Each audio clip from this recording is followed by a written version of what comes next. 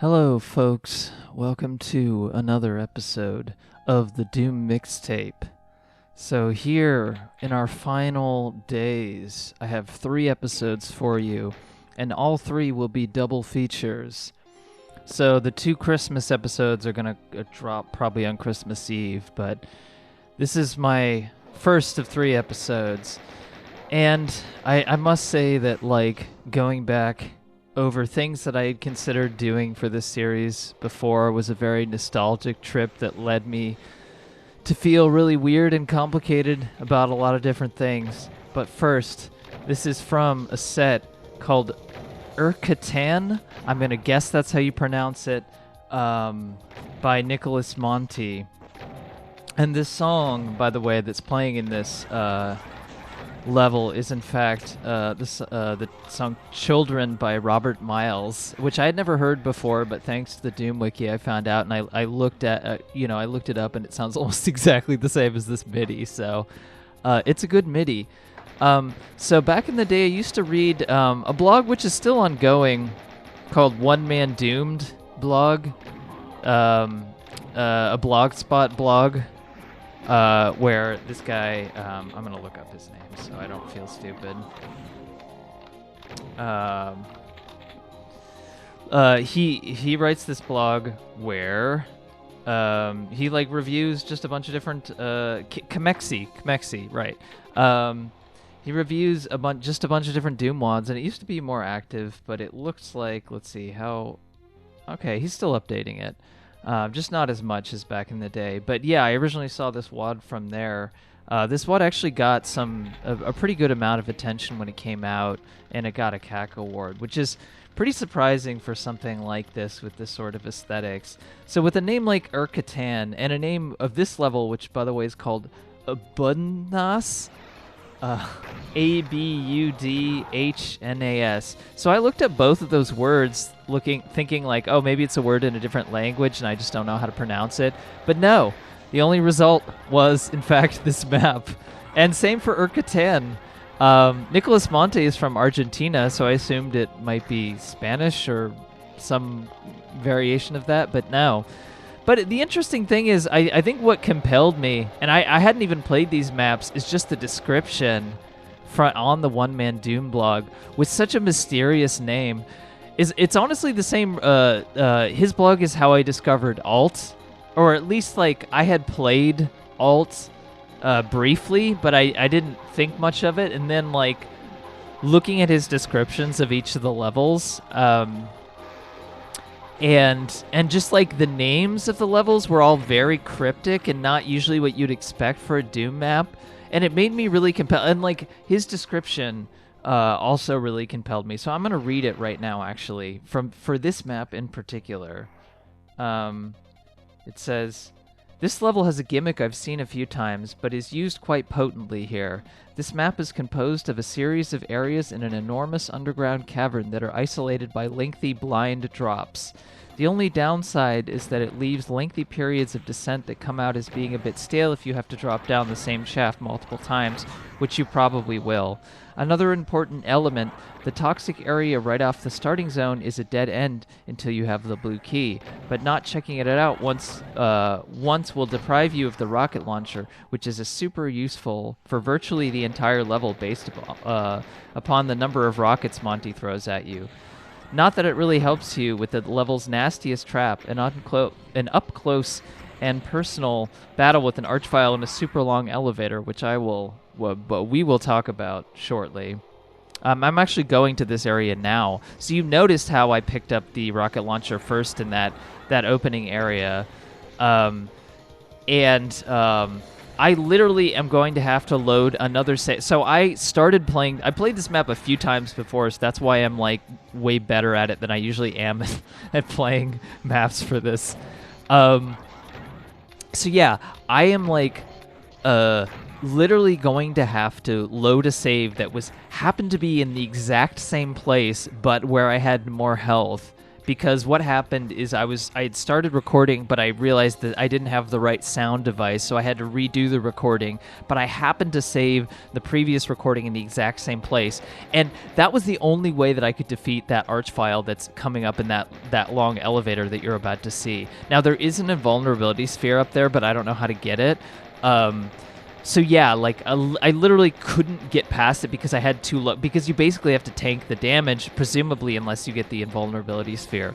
So a lot of these Nicholas Monty maps seem to have design like this. But the funny thing is, like, a lot of these maps are it's kind of hard to tell the difference between them. They all kind of blend together, and it's one of the things. It's like, reading the descriptions of this, and it's almost like this kind of alien language. I don't know if these words are made up or something. And then actually playing it, it's like none of those questions are answered. It's like finding something just strange and kind of expecting it to coalesce or cohere into a particular theme. Like alt is something very strange, but the more that you play it, you can sort of see the intention behind it. But with this, like, I don't think there are any real answers. This is just the way that the maps are designed. It is like this strange alien world where you don't really know why things are done the way that they are, but they just are, and you're not really going to get any more answers like elucidating this. So yeah, have fun watching me not be able to get past this, because literally you just have to tank the damage. There's no way that I would be able to get past him unless I either found more health or found a way to get that invulnerability. So these are not very fairly designed maps. But yes, anyway, going back to kmxexii's description, thankfully the rising floor absorbs the worst of the explosion. The caged archvile demon hall is just begging for some invuln-fed rocket punching. The spider demon fight isn't so thrilling, but the lowering water table is cool final descent into the whole thing together.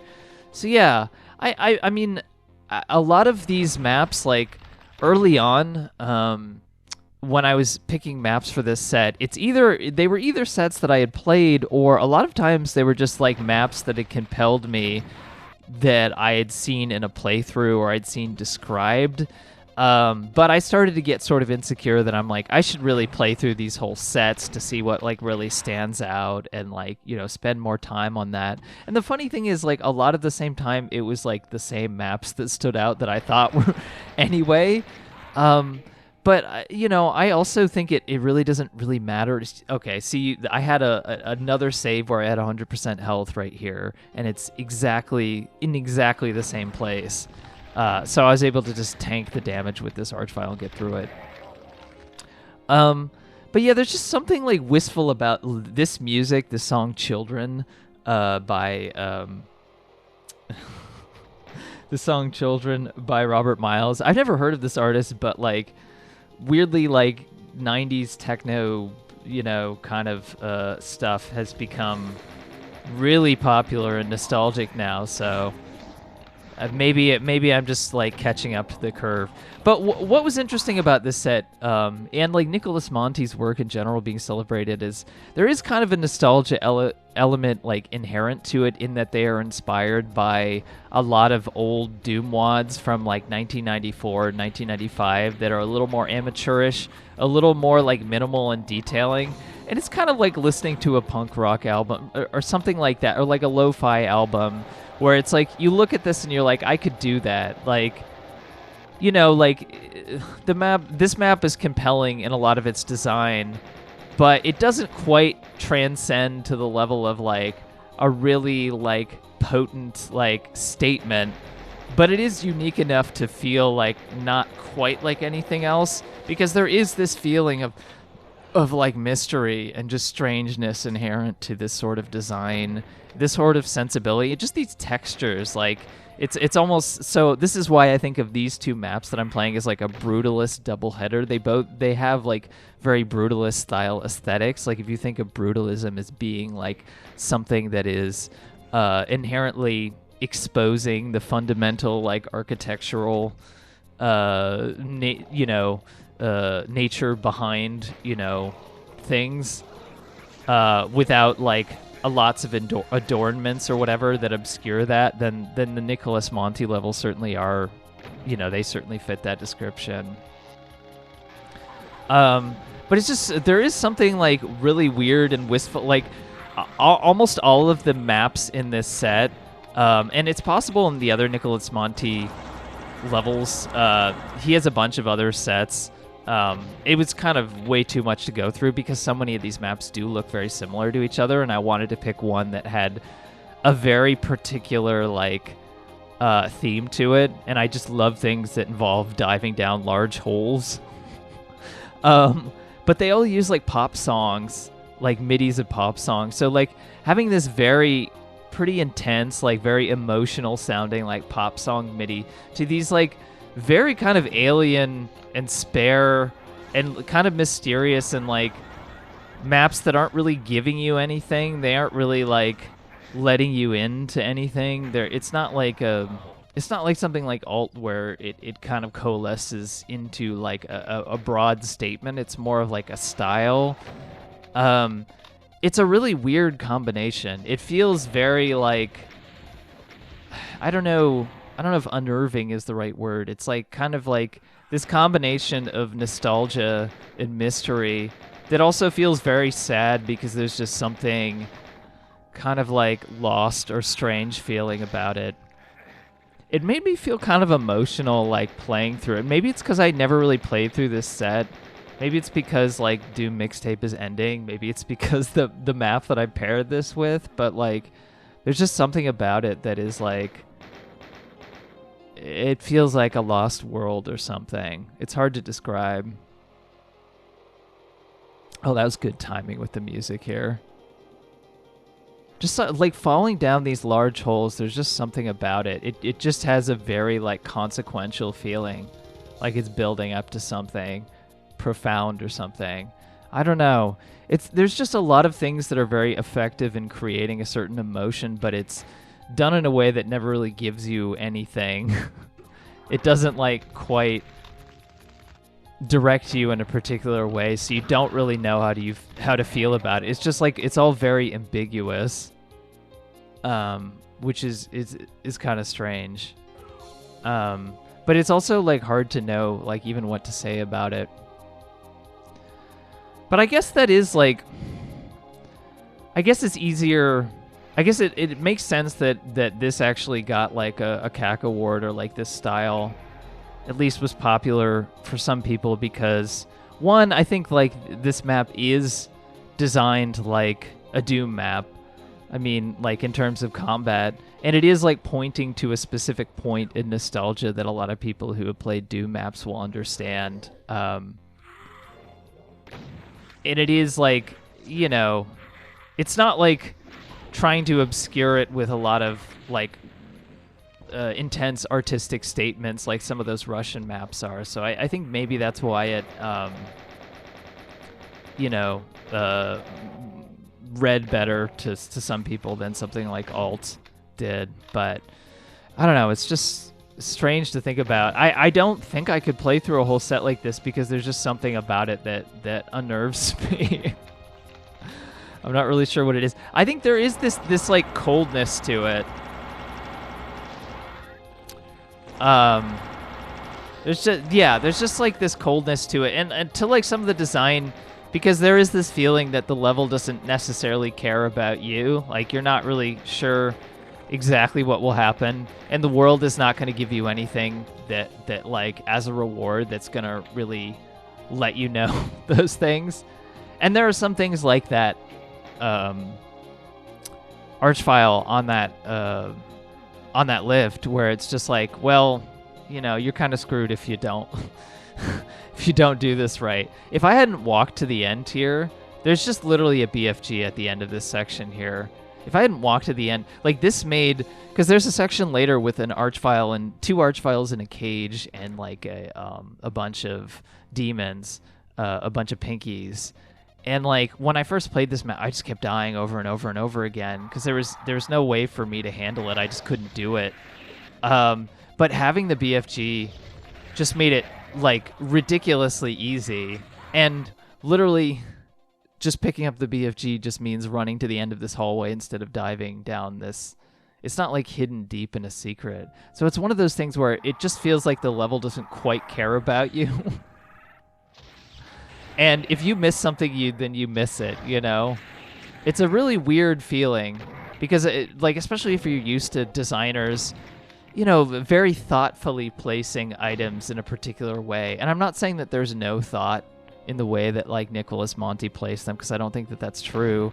It just, like, it does create a feeling, the fact that it's just kind of in some random place that you could easily miss something. The same with the rocket launcher at the beginning of the, like, if I hadn't ran down that nukage hallway and picked up the rocket launcher first, then it would have made the level so much harder. So here's what I'm talking about. Yeah, like, it makes this, like, comically easy, whereas, like, when I was playing this the first time, I died so many times. I think I had to cheat to get through here because I just didn't have the ammunition to do it. There's, like, no place to hide from the Archviles, but when you have a BFG, it doesn't really matter. So, and there's only, there is this ammo here, but it's like you have to run to get it, and you don't have enough time. If you're like out of ammo or just trying to rocket them, it's so hard to use the rockets because there's pinkies everywhere, so you really need to use the BFG there. It's like everything but using the BFG is, like, comically hard, but using the BFG is, like, comically easy there. So it's really weird. It's not like a elegantly crafted, but it is interesting and creates a specific feeling, I guess. This, like, winding passageway. I remember playing this set by Jim Flynn, which R.I.P. to Jim Flynn. But yes, it's called The Enigma Episode by Jim Flynn. And I would not be very shocked at all if that was a big inspiration for Nicolás Monti. In particular because it's one of the most, like, famous early levels in that style of that set. And Nicolás Monti said in the README for this set that the design is inspired specifically by 1994 to 1996 maps, and this was definitely and, like, those Jim Flynn maps, a lot of those in the Enigma episode were designed in 1994. I actually played a map of his from 1995 called Oracle in one of my previous episodes, although that was, like, a more kind of refined map. But yeah, so I don't know. That's it's just something a lot of people in the Doom community definitely have nostalgia for. So here's our Spider Demon confrontation, which is comically easy, and because I killed him so easily, I just felt like I wanted to celebrate, dance around a little bit, just enjoying this nice MIDI. I have no idea where that fire is coming from. So yeah, I feel like because I actually practiced this level before, it's going a lot better than I expected. So I was like, getting a little, having a little fun. And then, of course, I took a bunch of damage there. So I got what I deserved. I like this part here where the water lowers down. But yeah, I don't know. I think the thing is, like, in the 2000s, the Doom community, like, the amount of detail expected in a lot of sets expanded so rapidly. So I think in 2010s you started to see a reaction against that with, like, Doom the way it did style stuff, and that comes also with, like, celebrating and embracing maps like this. Because if somebody released this in the 2000s, I don't think it would have had the same reception as if in 2014, 2015 when it came out. So I'm actually going to look up when it came out. I think it was 2014. So, excuse me.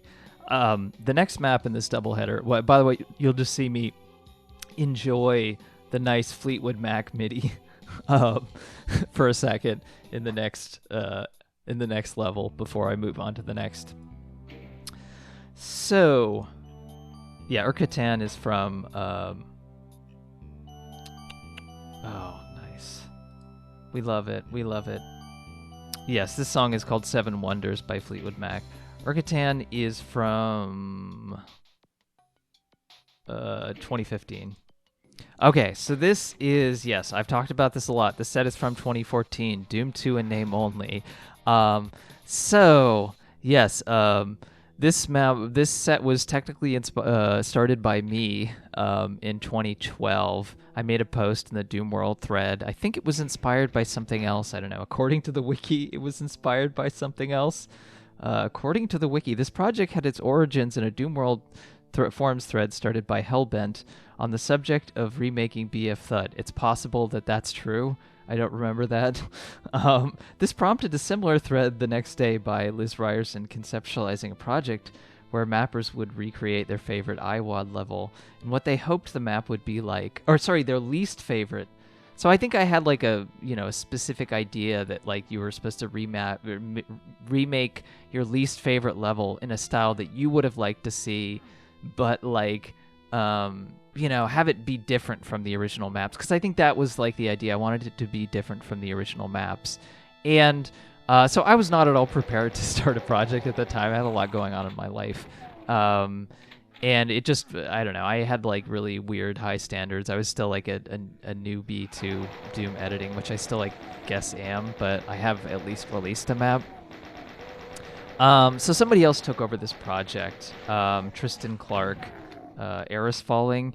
And because it was like taken over by a bunch of newbies and it took forever for this project to happen, and I guess because a lot of projects were being started at that time, there was like a lot of backlash to this set, which I found very frustrating, especially like I wasn't there for a lot of it, but I came back. And then when the set released, I was like, oh, cool, this set has come out. Like, so I tweeted about it, and I guess because the concept was like memorable or something, and this was like the peak period of my relevance. My like very limited period of relevance where like, because RPS, like Rock Paper Shotgun, actually wrote up this Doom Mixtape series at the beginning, which is amazing to me to think about because they would never do that now. So yeah, RPS wrote it up. I think it was RPS, and it's like because it might have been Alice who wrote it up, because I know her and she's cool and plays Doom, I think. So because I guess because it got enough engagements, like a bunch from that RPS article, a bunch of other publications picked it up, and I think a lot of people got like upset about that. But it's like I literally have no control about what these people write about, like, and so yeah, and so there was just a lot of backlash. A lot of people didn't like this project, and I got kind of pissed off because I actually like a lot of the maps in this set. It's like pretty inconsistent, but like the thing that I found really frustrating was this just kind of like gatekeeperiness, like, oh, you have to make maps in a certain way, like sets have to be a certain way. And I was especially like feeling it from the Doom the Way It Did crew, like at the time, like, people like Tarnsman, et cetera. We won't go into that, but like, yeah, I don't know, I was just kind of pissed off about that. And I also felt, because I was trans, that they were being weird about that, which is funny because like, then like a few people in that sphere came out as trans later. So it is what it is. But like, and I won't get into that, but it just like I just didn't like the hostility to new mappers, because I felt like there were a lot of really interesting ideas in here, even if they weren't as refined, and I felt like it was kind of shitty that people were being shitty about it. This was the first map set that Syriac Harris did a map in, I think, Moldy. But this is one of my absolute favorite maps in this set. It's a remake of The Crusher, one of my favorite maps in Doom 2, by Processing Control, who has literally not made a map after this. So I hope the reception that the set got didn't like discourage him. Maybe he just like didn't want to make Doom maps anymore. I don't know. But this map is fucking brilliant. I think this map is amazing. And the only reason I didn't talk about it sooner is because I just thought it was weird to like talk about this set. But since we're ending the series, but there, just like there's so many cool things done in this level. Like there's a lot of scripting to where like rooms that you go in from multiple different angles will have like, walls will be up in different places, so your relationship with the room is different. Like it so creatively uses space. And it really like gets the most. Like all of these maps were made with vanilla limitations, which was admittedly I think a stupid idea. I think actually, so the Russian community later made their own Doom 2 in name only. They never like finished it, I think, but if you Google Russian Doom 2 in name only, you'll find it. And what they did is they had all the limits, like no limits in terms of they didn't have the vanilla limitations, and I think they might have even used custom textures. And I think that was a better idea. I think it was stupid to use like vanilla limits, because doing so made people, kind of want to make maps sort of like the originals. But the thing that I got annoyed about is even some of the maps that people complained about were maps that I ended up liking a lot, but just weren't good, I guess, by like modern standards of mapping. And I think what I was thinking about is like how a lot of maps were just kind of random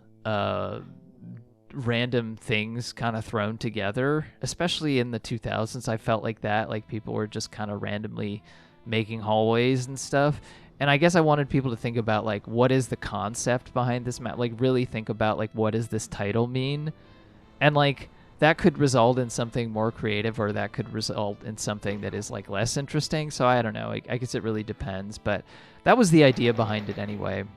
But yeah, actually Russian Doom 2 in name only, like, I think the person who made the Crusher map was Dragon Hunter, who I'm going to talk about in the next episode.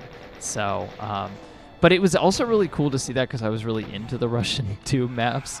And the fact that like something I, was like barely, somewhat, kind of not really involved with, or at least the idea that I came up with was, inspired them, was pretty cool. So, and the funny thing is, like, I don't think people care as much anymore, and I think some of that like crowd lightened up, and just don't really care about this stuff as much anymore, to their credit. So I won't like, but at the time I was really pissed off about that, because it was just like, it just felt like unfair. Like I wasn't even involved. I felt bad on behalf of the people who ended up running this project, who wanted to keep it going, because I wasn't doing anything with it. So, and they very easily could have just abandoned the project, and they chose to finish it. So, I think that was good on them, honestly.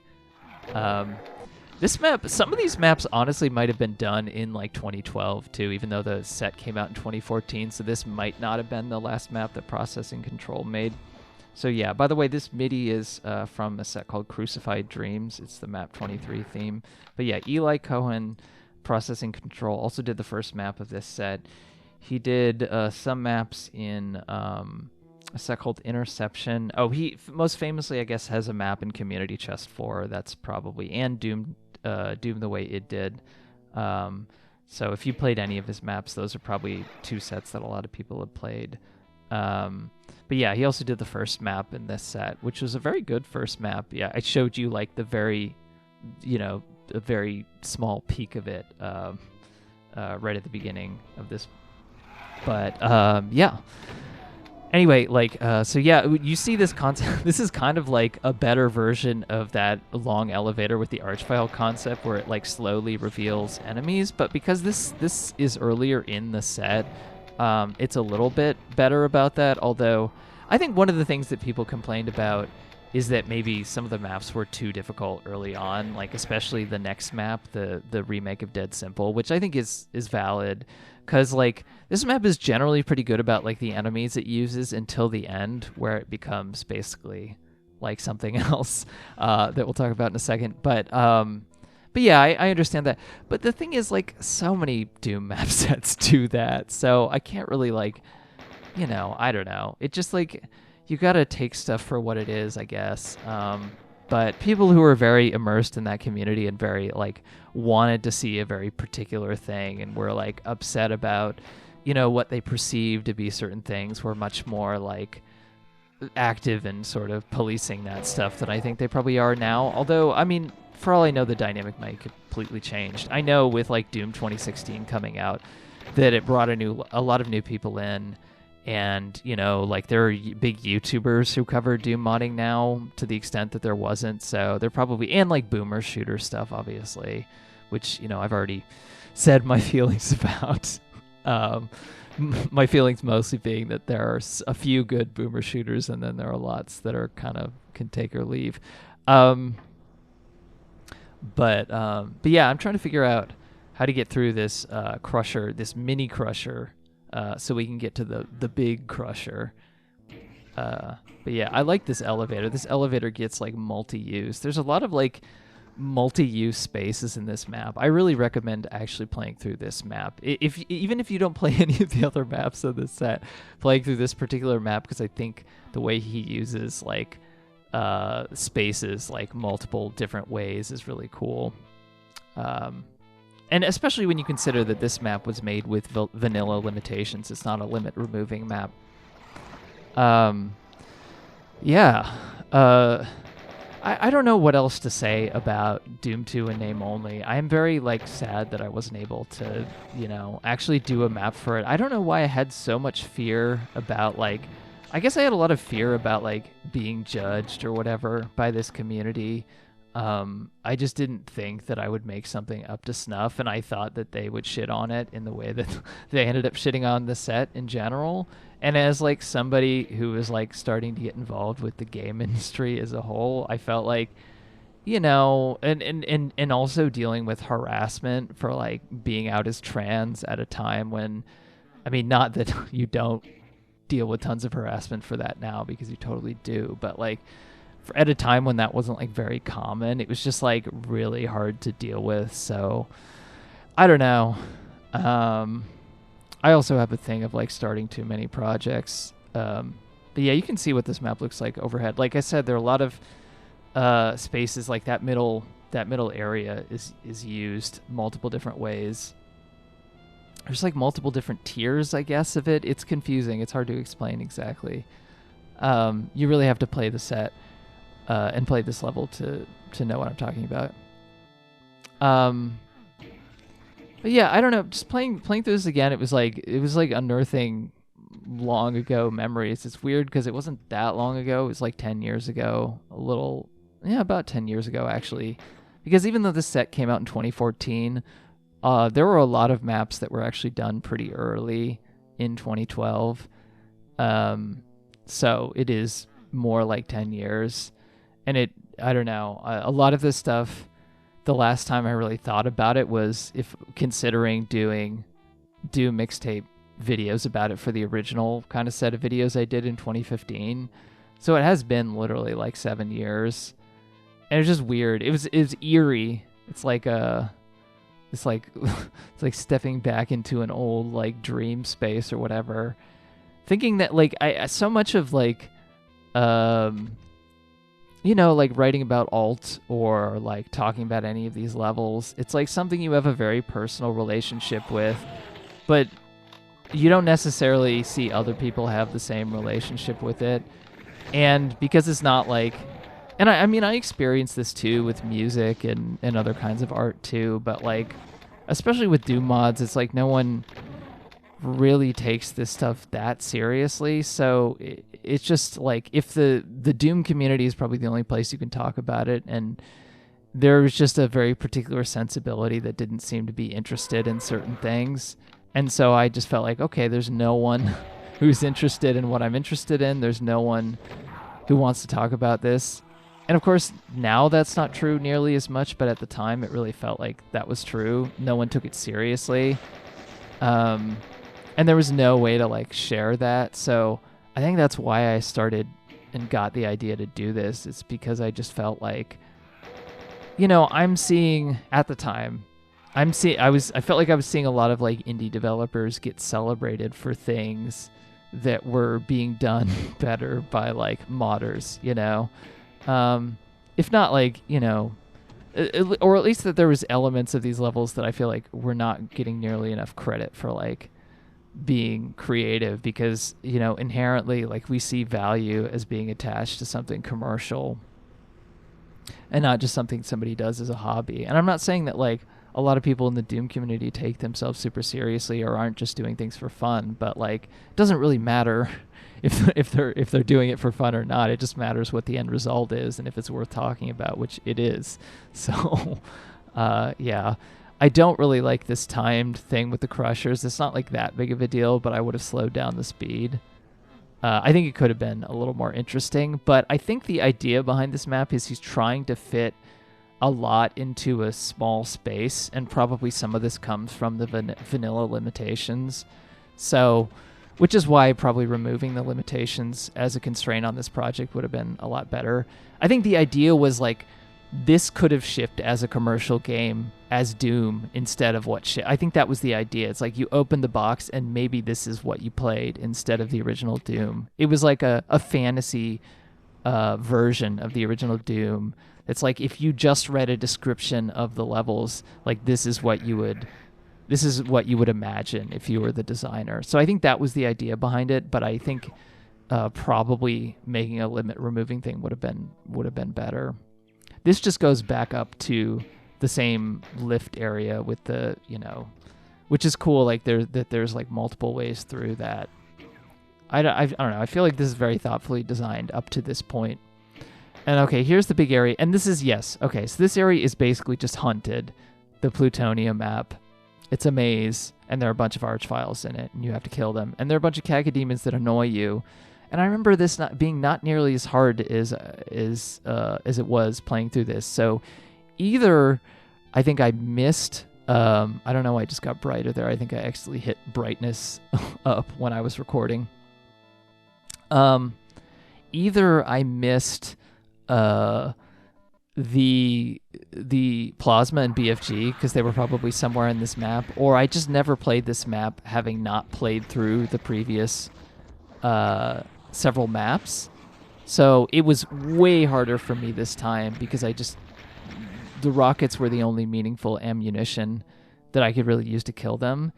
And I mean, not only do you have to deal with a bunch of archviles, but the cacodemons just constantly get in the way.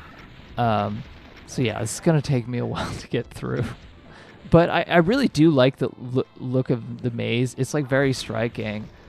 And I think if it was a little bit easier, a little bit less tedious here, I would have liked it a little bit more. But I understand the critiques that at map 6 you don't really want to do this. This is more like a map, I don't know, 20 or something. You don't want to hit people with this many archviles. It's just not a good idea. But, I don't really look at things for profound sense of balance or whatever, especially when I'm looking at the work of amateurs or modders. I'm looking at something that is interesting or compelling. So if I'm going to play this, I frequently play Doom mods with a friend. We're playing through White Mare right now, which is a Russian Doom community set. There's White Mare and White Mare 2, and I will talk about that in the next episode. But that is coming out probably on Christmas Eve. Yeah, I wouldn't want to play.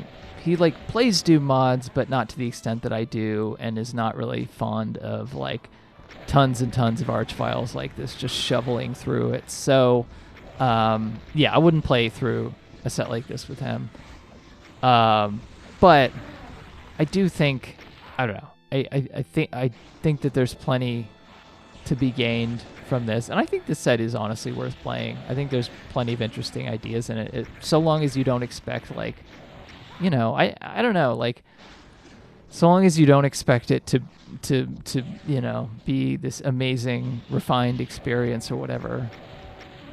Because I don't know, there are a lot of megawads that are done by one person where every map kind of has the same feeling, and that's what I like about community megawads. Even if there's a lot of things that are annoying about them, you just don't quite know what you're going to get from a given map. But I don't know if I've ever found a single megawad by one author to be something I love, to be honest. Even some of the quote unquote classic megawads by one person, I'm not sure if there's a single one that I can say is really among my favorites. Maybe there's something that I'm missing though, but sets that are 5 to 10 maps, or maybe even 15 maps maybe, but not full megawads, no. Because it's just hard to maintain that if you're one person. Even doing 2 or 3 people is much better. If I ever tried to make a Doom megawad, I would absolutely find 1 or 2 other people to work on it at least, because it just seems like an insane undertaking otherwise. And your style really starts to show after a certain point. But yeah, I don't know. As this series is ending, it has been nice to revisit this stuff. And I'm not at all adverse to like, making my own Doom maps in the future. I just kind of wanted to free myself from the obligation of doing these videos. Partly because I'm just not as engaged with the Doom community anymore. And I still want to play Doom maps, but I guess if I want to enjoy them, maybe I want to enjoy them without thinking of them about something I could use in this context that I could like talk intelligently about or have something to say about. So, yeah. I don't know, because there really isn't that much to say with this maze here. It is that Plutonia level hunted, basically, except with the cool visual on top, the glowing lights, and we got the cacodemons. But there is a little twist at the end that we'll see that makes it all, that does tie it together, makes it all worth it. And I think if this were a little bit less difficult here, we got the 3 archviles there. Yeah, that's always fun. 3 archviles, and you don't have a BFG or even plasma to handle them with. You just have to rocket them in this small maze where it's like super easy to blow yourself up. Not super great. Yeah. Oh.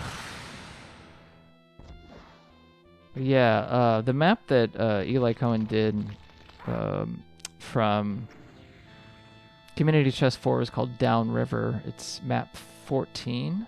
I remember it being a pretty good map. I'm trying to remember who... Okay. Because I played through it fairly recently. That was like a really famous community map set because it had like been ongoing for a really long time, and I think it finally came out in 2012. But when I played through it, I found it incredibly inconsistent. Maybe one of those sets that hasn't aged quite as well as people think, just because there are a few particularly memorable maps in there. Okay, so here we have the Final Crusher, which admittedly is cool. Because like it's also crushing the enemies, although the Crusher never kills the enemies as fast as you want it to. But also you need to get out of here as quickly as possible. I don't think there's any way to dodge it. I think you just need to get out. But then there are like a billion revenants here. I like any space that is like a giant void that feels like a transit, like you're transitioning between planes of reality or something like that. I feel like Doom has so many void spaces. I really love that kind of stuff. There's just something cool about it. Yeah, like anything, like it just like, because Doom is like inherently kind of abstract and surreal, there is just something that makes it work really well for that kind of thing. I mean, I think void spaces just in general work well in video games because they're very evocative, and they really like, you don't have to have the same kind of like, it's much easier to make it in a video game than it is to like film something like that. I was trying to get a good screen cap there of the cacodemon firing at me. But yeah, we're getting to the end here. So then we go all the way back to the other end. That room, that multi-use room in the middle of everything has the yellow key switch. So we just need to activate it. And then that's pretty much the end of the map. But yeah, a great map, a very good self-contained, like I said, very brutalist, but in a very refined way, unlike the Nicholas Monty set. I mean, they're appealing in different ways. But yeah. Anyway, stay tuned for the last 2 videos. So I'm going to, like I said, I'll have 2 videos dropping probably Christmas Eve.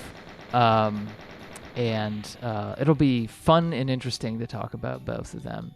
So stay tuned. I do want to do more YouTube videos in the future about like other games. I'm not sure exactly when or how exactly I want the form to take, but it's been really nice to like revisit all these Doom levels and think about them and talk about them again. So I hope you enjoy it. I hope you all have a great holiday week and holidays in general.